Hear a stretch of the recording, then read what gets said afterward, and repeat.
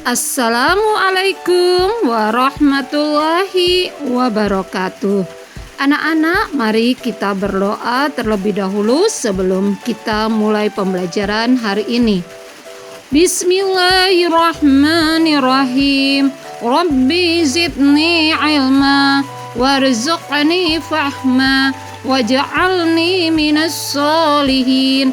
Ya Allah, tambahkanlah aku ilmu dan berilah aku kemampuan untuk memahaminya, dan jadikanlah aku termasuk golongan orang-orang yang soleh.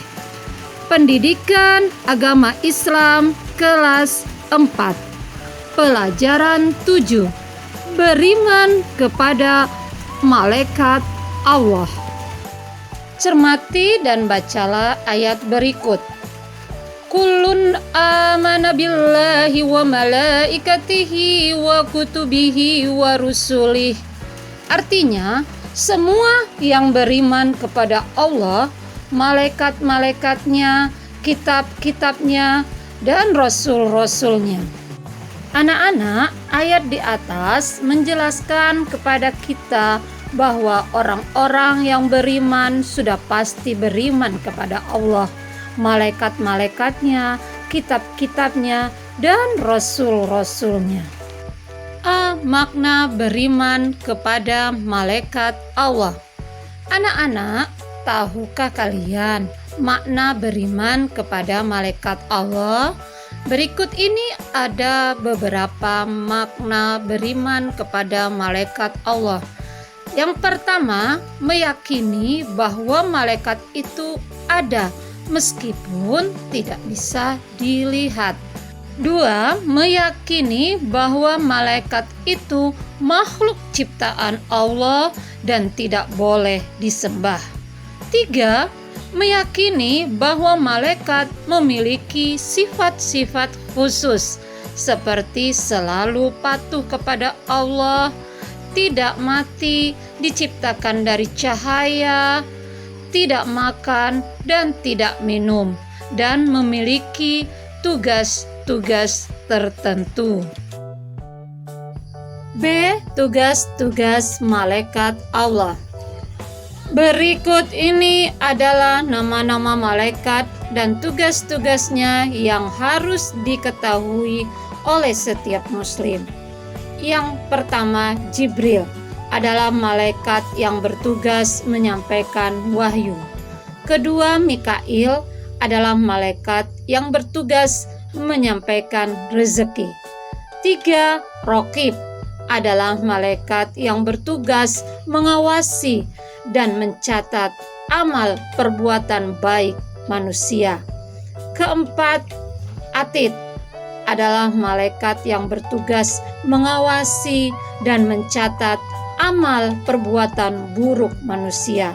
Kelima, Ridwan adalah malaikat yang bertugas menjaga pintu surga. 6. Malik adalah malaikat yang bertugas menjaga pintu neraka. Ketujuh, Israel adalah malaikat yang bertugas menyabut nyawa. Malaikat yang kedelapan yaitu malaikat Mungkar dan Nakir yang bertugas memberikan pertanyaan di dalam kubur. Malaikat yang kesembilan adalah malaikat Israfil yang bertugas meniupkan sangkakala jika hari kiamat telah tiba. Anak-anak, jumlah malaikat itu ada 10 karena Mungkar dan Nakir sudah tergabung di nomor 8. C. Menerima keberadaan malaikat Allah. Anak-anak, kita telah yakin bahwa malaikat itu ada. Kita telah diberitahu keberadaannya oleh Allah melalui sumber-sumber yang terpercaya, yaitu Al-Quran dan hadis Nabi. Berikut ini adalah cara agar kita dapat menerima keberadaan malaikat Allah.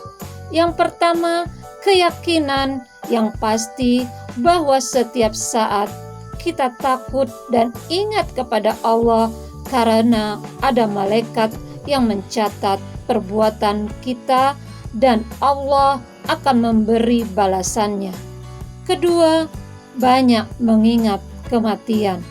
Ketiga, gemar mengerjakan perbuatan yang pelakunya didoakan para malaikat Allah. Misalnya, menuntut ilmu, mengunjungi para saudara dan sahabat, tidur dalam keadaan berwudu, dan memilih barisan paling depan dalam sholat berjamaah. D. Perilaku yang mencerminkan keimanan kepada malaikat Allah. Perilaku yang mencerminkan keimanan kepada malaikat Allah yang pertama, suka bersedekah atau peduli untuk menolong sesama. Kedua, gemar menjalankan perintah Allah dan meninggalkan larangan-larangannya. Anak-anakku sekalian, ini adalah kesimpulan pembelajaran agama kita hari ini tentang malaikat-malaikat Allah. Semoga penjelasan ibu tadi memberikan manfaat bagi kalian semua. Dan mohon disalin kembali kesimpulan ini di dalam buku kalian masing-masing. Sebelum ibu akhiri, ibu memberi soal berlatih. Harap kalian jawab pertanyaan-pertanyaan berikut di buku tulis kalian masing-masing. Anak-anak, ibu akhiri pertemuan kita hari ini dengan mengucapkan Alhamdulillahirrabbilalamin. Wassalamualaikum warahmatullahi wabarakatuh. Semoga Allah senantiasa merahmati kita semua.